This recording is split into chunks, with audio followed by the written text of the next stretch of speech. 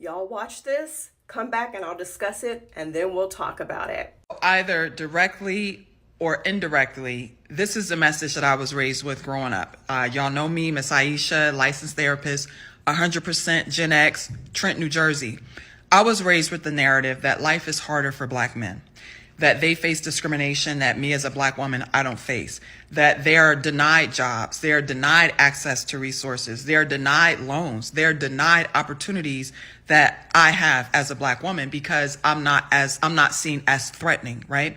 And because of that, I need to lower the standard and lower the bar because I have to keep that reality of racism and discrimination in mind when I'm thinking about Black men. That's the message that I received. I'm only speaking for myself. Y'all let me know if you received that same message growing up. I co-sign everything she said. Go follow her. For a lot of Black women, this is definitely the narrative that we were fed growing up. It's hard out there for a Black man. Make sure you care for your Black man. Fix his plate first. Give him the big piece of chicken because life is hard. Don't call the police on a Black man. Don't snitch on a Black man. You gotta protect the Black man. But how many of us grew up knowing that actually the world is harder for us?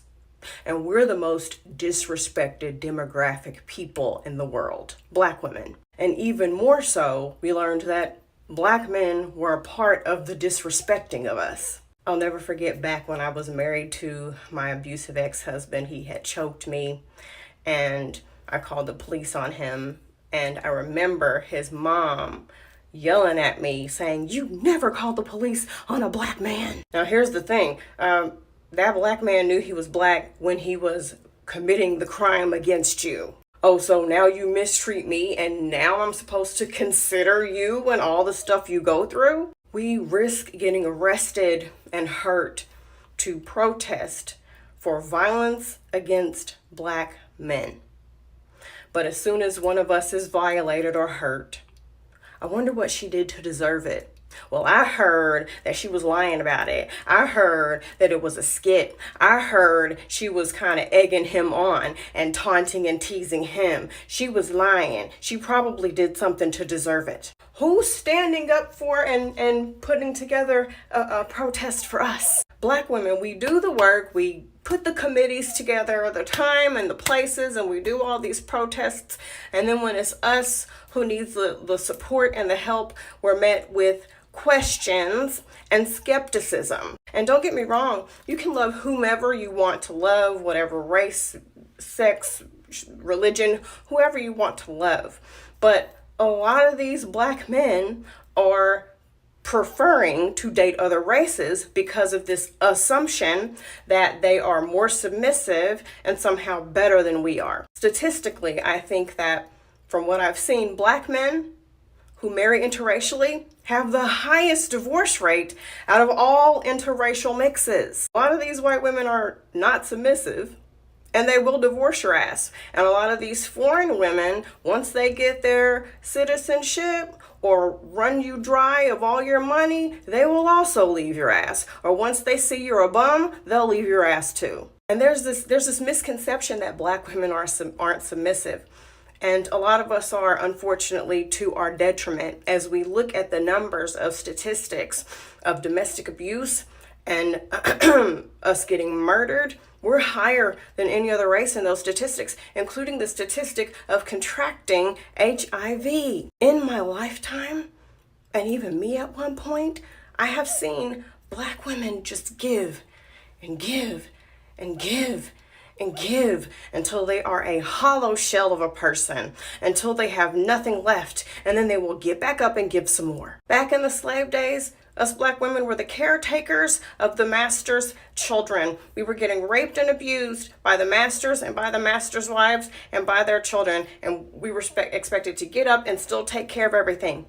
Nothing has changed. Now, when Black women divest and date other races, why do you think people gaslight us into thinking that we're no longer pro-Black and we don't like ourselves and we are running away from our race and we're not proud to be Black? Because they know the truth that they have failed us. And now we are waking up to the fact that, hey, you know what? I'm going to go where the love is for me. I'm going to go where I'm respected and appreciated and seen. And Billy over here, seems to be making the cut. And you know who has the lowest divorce rate?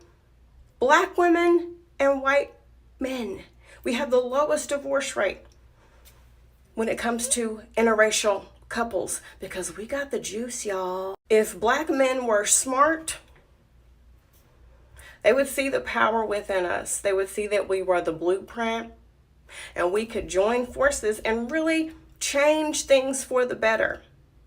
But there is so much division in this community. It is unfortunate. And as soon as we say, hey, this is what's going on, these are the issues that we as black women are having, we're getting told we're starting a war. I'm sorry, well, I'm just standing up for myself and for my sisters and what's right.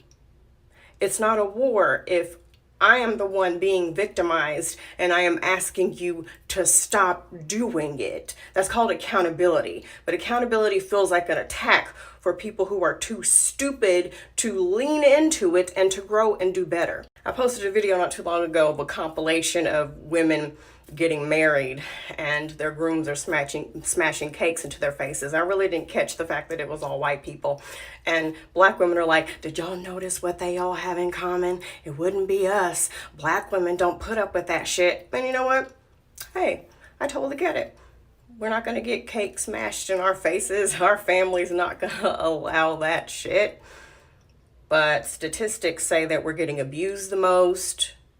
We're getting cheated on the most. We're contracting HIV the most. So sure, make fun of her because her man smashed cake in her face. Sure. But there's other shit that we're putting up with that we should not from these black men because we want black love. Because to me, from what I have seen, this whole idea of black love is just get with a black man, any black man, and put up with whatever shit that he is giving to you. Just put up with it for the sake of saying black love and producing more black children and strengthening our community. I'm supposed to give you the big piece of chicken and bow down to you because the world is hard for you? Bitch, every time I scroll through social media, there's a black man talking shit about us. When black women go to work, if we're not tap dancing around like Mr. Bojangles, people think we have an attitude. If we set any kind of boundary, people think we're being aggressive. No. I want to be with someone where I can come home and rest and not constantly have this expectation that if I'm not licking their butt crack, something is wrong with me. Black women deserve respect and equity. We should be walking around like we have crowns on our head. As a matter of fact, I got a crown back there that I put on all the time to remind myself of who I am. If you disrespect me, I'm calling the police on your ass. You put me in danger, I'm snitching. I'm telling every fucking thing. And if you don't want me, I don't want you either.